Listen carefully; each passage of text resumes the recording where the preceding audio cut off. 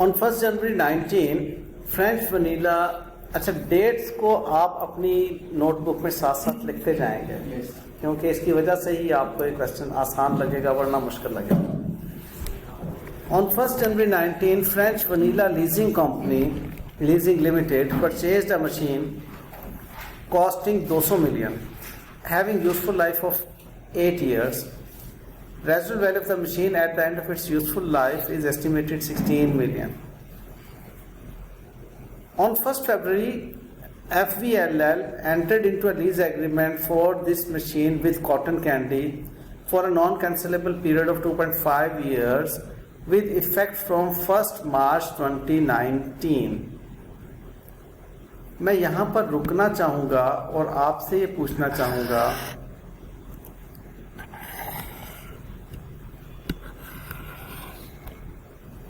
कि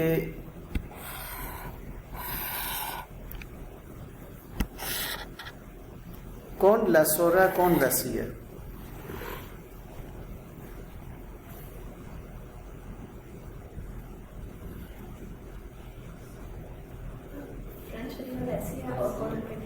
French vanilla Lesi है और कॉटन कैंडी लेसोर है। दोबारा देख लें।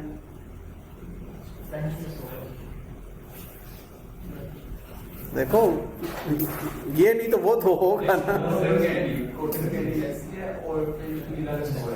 ये मशीन खरीदी किसने? खरीद कर इस्तेमाल करने के लिए किसको दी? तो जिसको इस्तेमाल करने के लिए दी जाती है वो लेसी होता है ना। ठीक है, गुड। 1 जनवरी 19 को इसने खरीदी मशीन 200 मिलियन की। यूजफुल लाइफ उसकी थी 8 साल। 16 मिलियन उसकी जो है वो रेजिडुअल वैल्यू है। 1 महीने के बाद उसने ये मशीन कॉटन कैंडी को लीज पर दे दी। लीज एग्रीमेंट में शामिल हो गया, signing off the lease contract. Lease का आगाज हो गया 1 फरवरी को। कितने पीरियड के लिए? 2.5 ईयर्स के लिए। और उसने कहा कि हम भले लीज साइन कर रहे हैं 1 फरवरी को, लेकिन ये आपको मिलेगी इस्तेमाल के लिए 1 मार्च को, विद इफेक्ट फ्रॉम 1 मार्च। ठीक है, तो 1 फरवरी अपनी नोटबुक में लिखें, उसके आगे लिखें इंसेप्शन ऑफ लीज हो रही है आपकी 1 फरवरी को। इंसेप्शन ऑफ लीज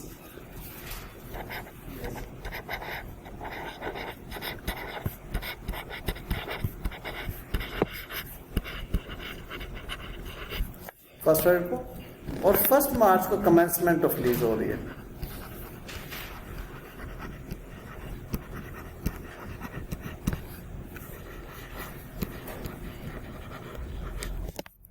ठीक बात।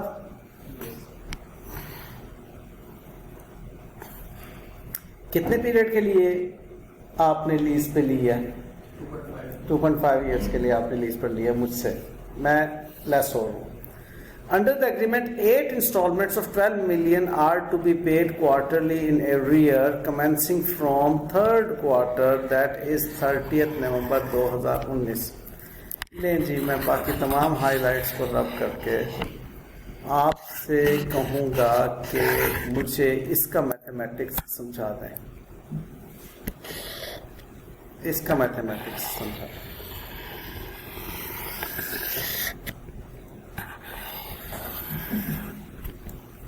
प्लीज। उसके बाद भी बात आगे बढ़ाता हूं मैं। FVLL has incorporated an implicit interest rate that is 15%।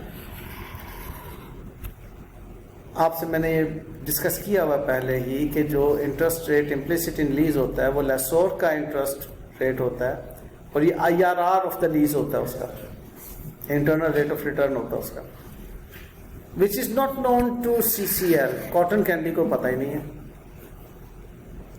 तो जब कॉटन कैंडी को ना मालूम हो कि आई क्या है तो IBR की तरफ जाता है, इंक्रीमेंटल बोरिंग रेट उसका जो है 16% है, यानी कि लेसी ने जो कैलकुलेशंस करनी प्रेजेंट वैल्यू की वो 16% पे करनी है। Clear? On 1st April 19, CCL completed installation of the machine at a cost of 4 million. उसने 1st April 19 को, अब देखें 1st मार्च को कमेंसमेंट हुई है लीज की, उसने 1 महीना लगाया उसको इन ऑर्डर लाने में, मशीन को उसके इंस्टॉलेशन में। उस 1 महीने में उसने 4 मिलियन कॉस्ट फर्दर इनकर की and put it into its use और अवेलेबल फॉर यूज कर दिया as intended by the management. IS 16 की एप्लीकेशन है। Both companies follow straight line method for charging depreciation.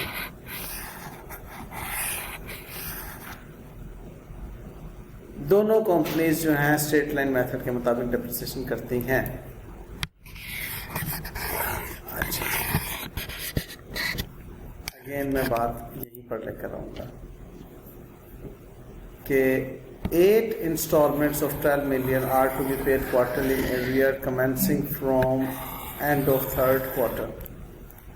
और आप CCL के पॉइंट ऑफ व्यू से पास journal entry for 31 December in the books of FEL, आप CCL के पॉइंट ऑफ व्यू से फिलहाल मुझे बताइए लेसी के पॉइंट ऑफ व्यू से कैसे इसको अकाउंट फॉर करेंगे। मैं आपको 3, 4, 5 मिनट से ज़्यादा नहीं दूंगा, रिकॉर्डिंग पॉज कर दो। आपने इंटरेस्ट कब से ड्यू करना शुरू करना है, ये बात मैंने आपको यहाँ पर बताई है। ये डेट है आपकी इंसेप्शन ऑफ लीज, ये डेट है आपकी कमेंसमेंट ऑफ लीज, जब आपने लीज को रिकग्नाइज करना है। आप जो अकाउंटिंग एंट्री पास करनी है लीज को रिकग्नाइज करने की, वो कमेंसमेंट पे करनी होती है, इंसेप्शन पे नहीं। इंसेप्शन सिर्फ साइनिंग होती है। पहला क्वार्टर आपका 1 मार्च 2019 से 31 मई 2019 का, इस बात को एग्री करते हैं। दूसरा क्वार्टर 1 जून से 31 अगस्त, फिर तीसरा क्वार्टर 1 सितंबर से 30 नवंबर। उसने कहा था कि to be paid quarterly in arrear commencing from the 3rd quarter. In arrear pay कर रहे हैं, यानी कि लास्ट डेट को ही पे करेंगे हम।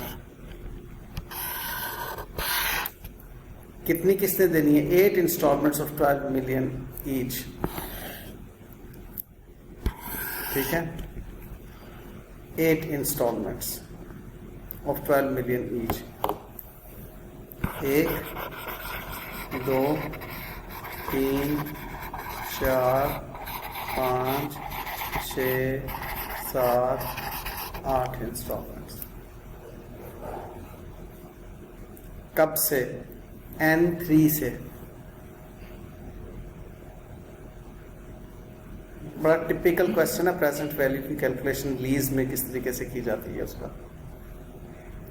N3 से आप उसकी पेमेंट कर रहे हैं, लेकिन प्रेजेंट वैल्यू तो बेटे जो आपकी डेट है ऑफ कमेंसमेंट, उस दिन आपको प्रेजेंट वैल्यू चाहिए ना उसकी।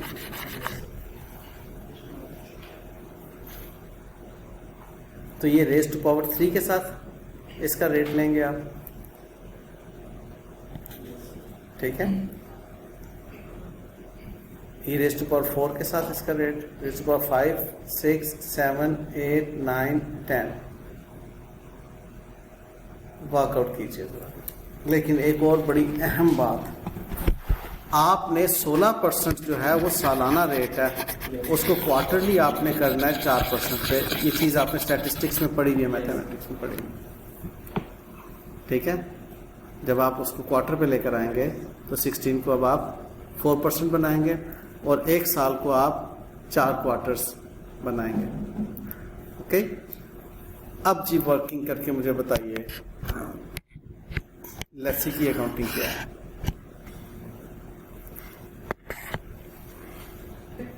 ये वैल्यू तो कैलकुलेट कर ली, प्रेजेंट वैल्यू 1 मार्च को, और ये 4 मिलियन उसने खर्च किए 1 अप्रैल को, फॉलो किया, 1 महीने के बाद। अब उसकी बुक्स के अंदर राइट ऑफ यूज एसेट बन गया 78.7 का, जिसके अगेंस्ट लीज लायबिलिटी वो क्रेडिट कर रहा है 1 मार्च को, और कैश वो पे कर रहा है 1 अप्रैल को। मैंने कंपाउंड कर लिया, असूलन कंपाउंड बनती नहीं थी ये ट्रांजैक्शन, ये एंट्री। मुझे 2 अकाउंटिंग एंट्रीज पास करना चाहिए, एक 1 मार्च को ROU एसेट डेबिट 74.7 से और लीज लायबिलिटी क्रेडिट 74.7 से, और फिर 1 अप्रैल को ROU एसेट डेबिट और कैश क्रेडिट 4 से। लेकिन बहरहाल ROU एसेट ने 78.7 से डेबिट होना है। इस बात की समझ आती है या नहीं? ओके, अब अगली बड़ी इंपॉर्टेंट बात, ये काम हमने किया 1 मार्च 19 को कि 74.7 का एसेट हमारे पास डेबिट हो गया और 74.7 की लायबिलिटी हमारे पास क्रेडिट हो गई। ऑलराइट, अब एक पीरियड गुजरा, हम पहुंच गए फर्स्ट, इसकी एक पीरियड गुजरा तो फर्स्ट क्वार्टर जब खत्म हुआ इसका 31 मई पे पहुंच गया। ठीक है, 31 मई पे अनवाइंडिंग इफेक्ट इसका लेना है आपने। अनवाइंडिंग इफेक्ट जो आपका रेट है, ये आपने 4% रेट इसका अप्लाई किया, और अनवाइंडिंग इफेक्ट इसका आप,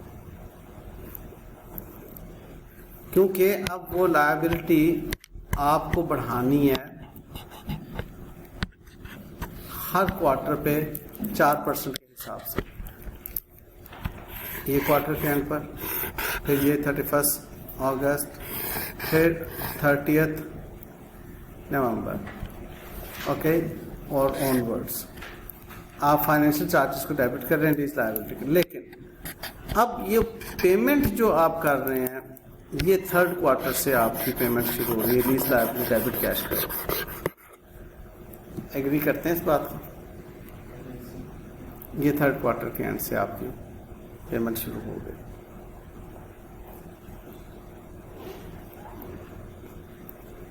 अब जरा इसकी, अब आप इन वर्किंग्स के बाद लीज का स्केड्यूल आप अगर बनाएं हॉरिजॉन्टल वाला, तो एक अच्छी समझ आएगी आपको।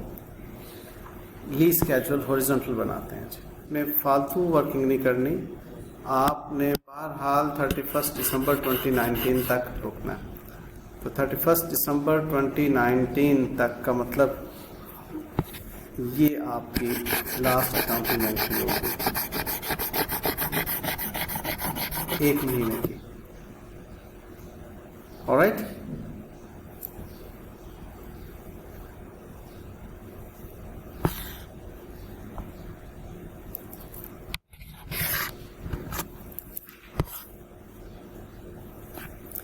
अच्छा, अब इसका अमोर्टाइजेशन भी समझ लीजिए कैसे इसका अमोर्टाइजेशन करना है।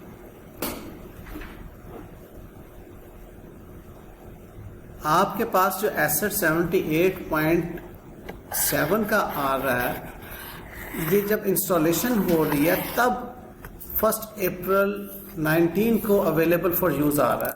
जब तक वो अवेलेबल फॉर यूज ना हो, आप उसकी डेप्रिसिएशन नहीं कर सकते। ये कॉन्सेप्ट हमने सीखा हुआ है IAS 16 put in to the use. आप उसकी डेप्रिसिएशन कब कर सकते हैं? जब आपके पास अवेलेबल फॉर यूज होगा 78.7 का एसेट। तो 78.7 का एसेट कितनी देर आपको बेनिफिट देगा, वो जरा देखें। आपने कितनी देर के लिए एसेट राइट फॉर यूज उसका लिया? 2.5 ईयर्स के महीने कितने बनते हैं? इंटू 12 कर लें, 30 महीने।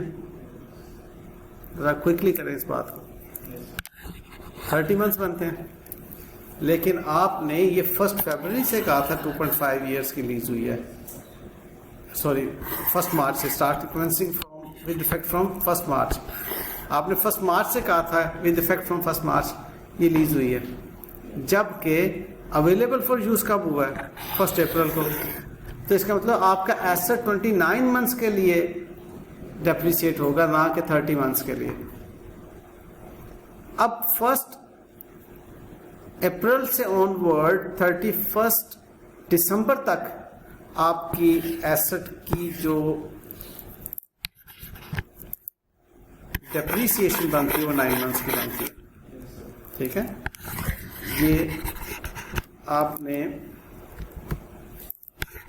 2 बातें यहां पर पॉइंट आउट करनी है। ये 1 अप्रैल 19 से लेकर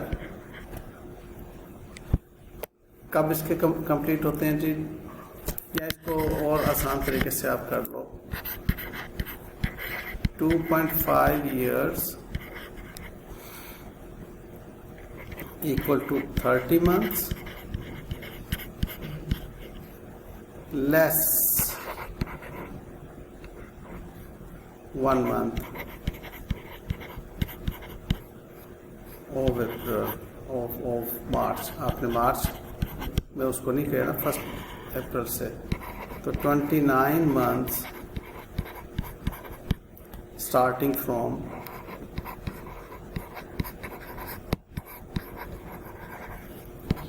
1 अप्रैल 2019। इस पे एक टिक है। और ये 9 मंथ्स का क्या है जी, 1 अप्रैल 2019 टू 31 दिसंबर 2019 आपके 9 मंथ्स बनते हैं। क्लियर? तो आपने इसकी डेप्रीसिएशन जो अकाउंट फॉर की डेप्रीसिएशन या amortisation expense debit and accumulated amortisation credit 24.42 आपके पास बनता है। ठीक बात?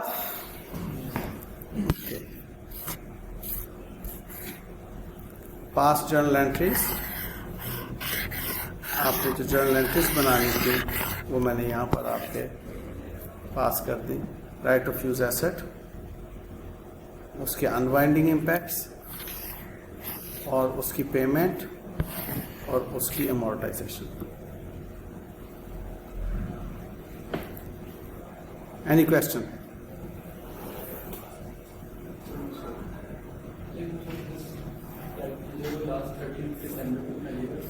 जी बेटे, ये 1 महीने की, 1 महीने के फाइनेंशियल चार्जेस आपके 0.96 कैसे कैलकुलेट होते हैं?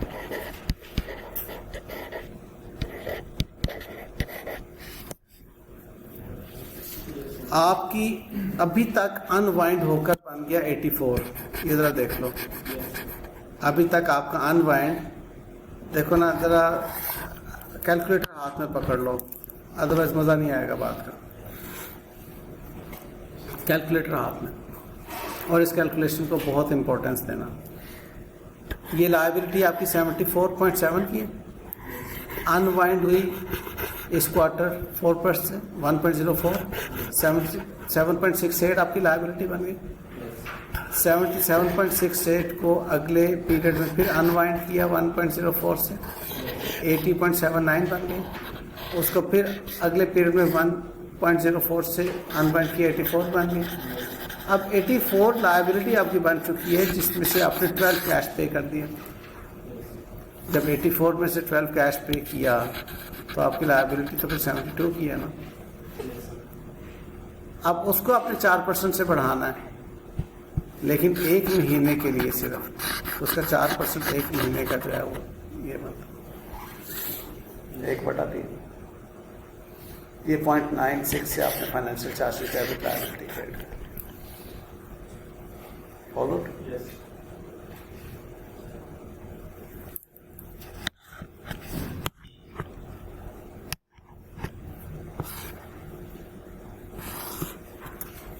सवाल कंप्लीट है। आपको अगर इसमें कोई जरा सी भी बात पूछनी है तो आप पूछ सकते हैं।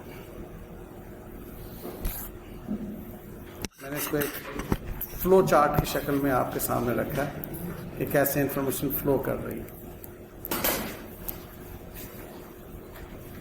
ऐसे, ठीक है जी।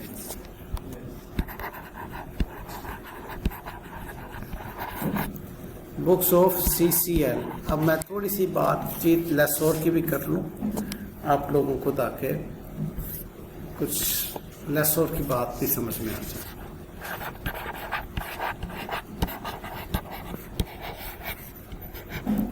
फ्रेंच वेनिला कंपनी,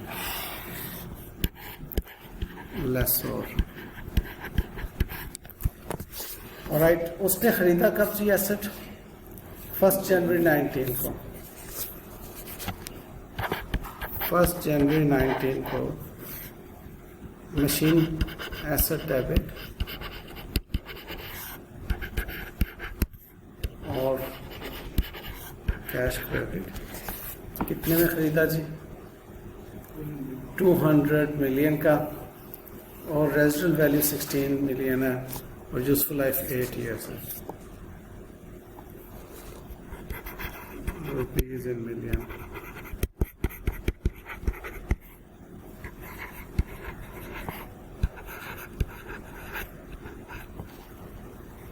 ये एंट्री समझ में आ गई हमें।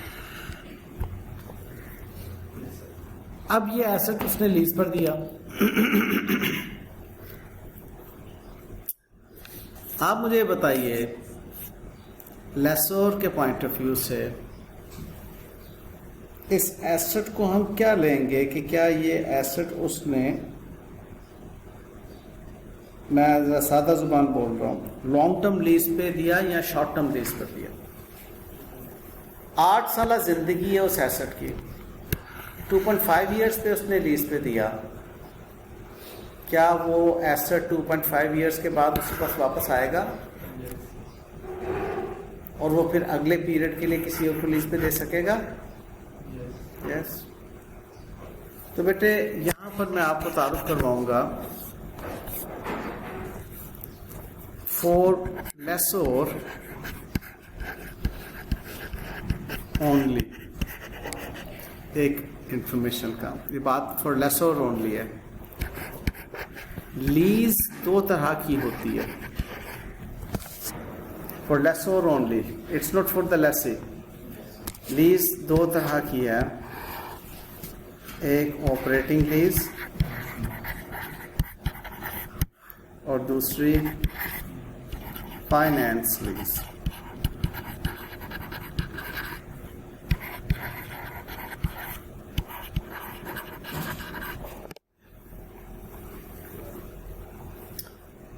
लेसोर, अगर मैं मोटी मोटी चंद एक बातें करूंगा, आप लेसोर बन जाइए। अब आपने मशीन खरीदी और वो मशीन खरीदकर आपने मुझे लीज पर दी, और वो मशीन मैंने फर्ज कर लें 8 साल के लिए ही लीज पर ली,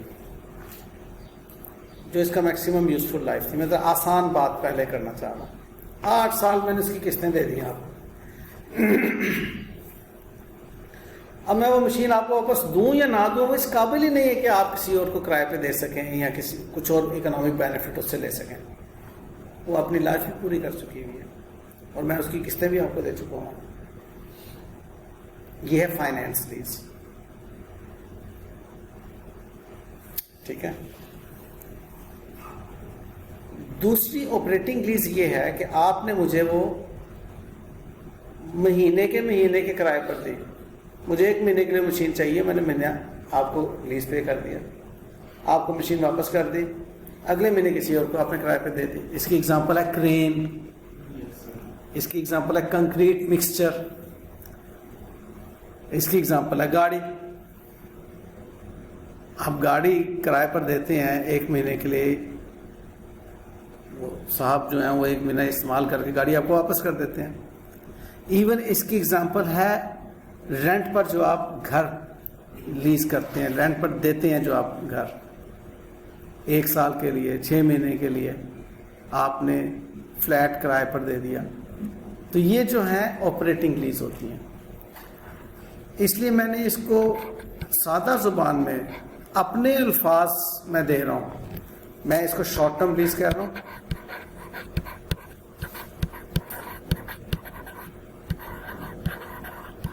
और इसको लॉन्ग टर्म लीज कह रहा हूँ, सिर्फ आपको कॉन्सेप्ट समझाने के लिए।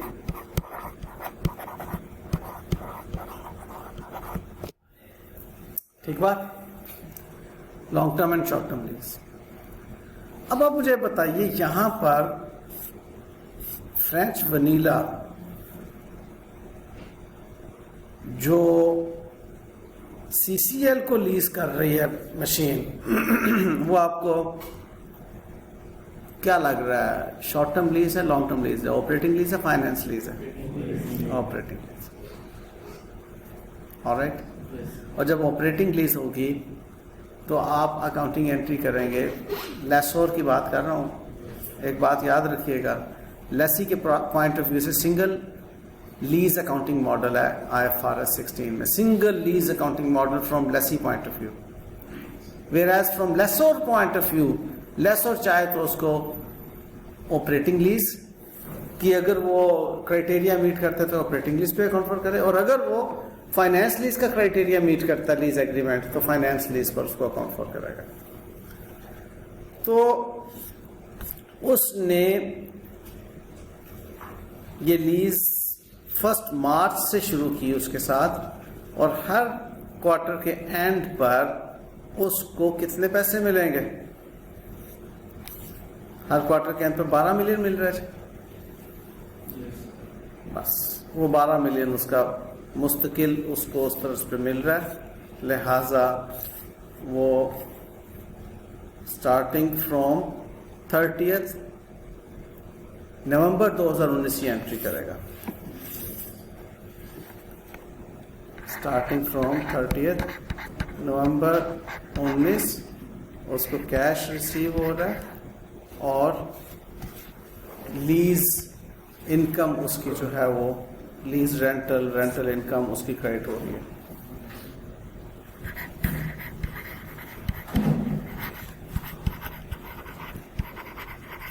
ये रेंटल इनकम उसकी,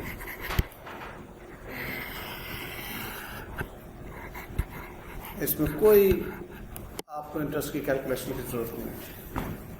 एक आपकी इनकम जो है वो स्ट्रेट लाइन बेसिस पे प्रॉफिट लॉस में जाती रहेगी। हाँ, अलबत्ता 31 दिसंबर 19 को इसे डेप्रीसिएशन एक्सपेंस की अकाउंटिंग करनी है।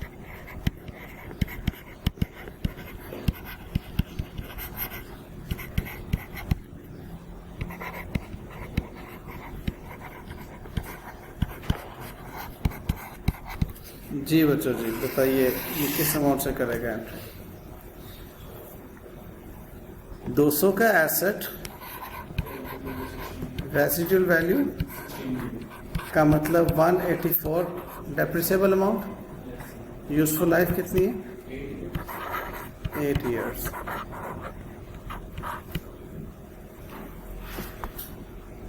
जी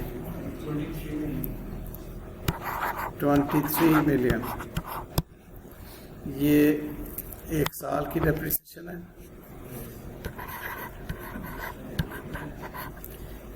कब खरीदी थी? 1 जनवरी 19 को। उससे ऑनवर्ड्स ये पूरा साल उसके पास एसेट तो रहा, ठीक है। वो गाहक का इंतजार कर रहा था कि जी कब आएगा, लेकिन एसेट तो उसके पास रहा, तो 12 months की इसकी डेप्रिसिएशन बनती है।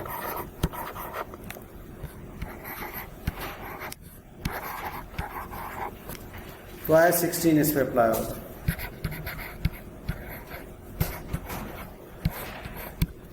इधर आया 16 अप्लाई होता।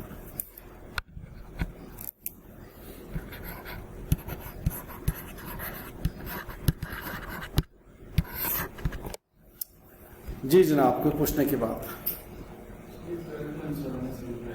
1 जनवरी को खरीदी थी ना मशीन, 31 दिसंबर तक। अब देखो ना, अब इसका बात किया, आपने गाड़ी खरीद ली, आप इंतजार कर रहे हैं कि मैं आपसे गाड़ी किराए पर लूँ, मैं नहीं ले रहा किराए पर। मैं 1 मार्च को किराया पर मैं ले रहा हूँ गाड़ी, मैं कहता हूँ, फर्ज करता हूँ कि मैं नहीं ले रहा गाड़ी किराए पर, क्या आप डेप्रिसिएट करेंगे कि नहीं करेंगे? हाँ, तो मैंने उस पीरियड की डेप्रिसिएशन कर ली। देखो ना, एसेट भले, हाँ आपको एक चीज ये लग रही है कि जी एसेट आपके पास नहीं है फिर क्यों डेप्रिसिएट कर रहे हैं। राइट ऑफ यूज एसेट आपके पास नहीं है, एसेट आपका ही है, उसके अगेंस्ट रेंट इनकम आप अर्न कर रहे हैं, तो आप उस एसेट की डेप्रिसिएशन कैलकुलेट करेंगे, ठीक है। ऑपरेटिंग लीज में एसेट लेसोर की बुक्स में डेप्रिशिएट होता है। जब फाइनेंस लीज की बात आएगी, एसेट बिल्कुल भी नहीं डेप्रिशिएट होगा लेसोर की बुक्स के अंदर, क्योंकि एसेट निकल के फिर उसके पास चला गया, ठीक है। फाइनेंस लीज में डिफरेंट अकाउंटिंग आप देखेंगे। जी जनाब, यहां तक बताइए, बातें समझ में आती हैं?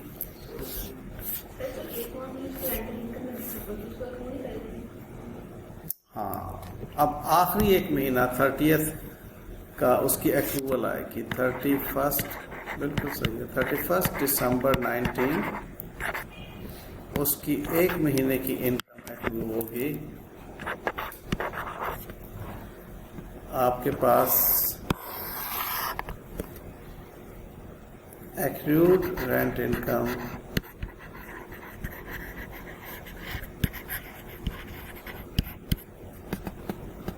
डेबिट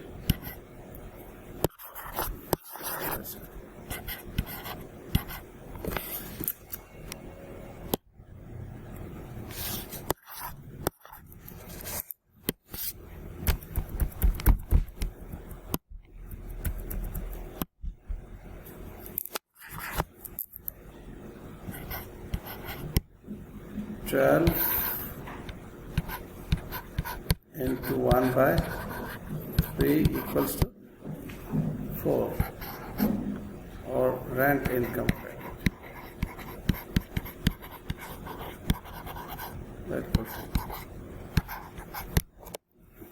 जी। वैसे और के बाद ऑल क्लियर?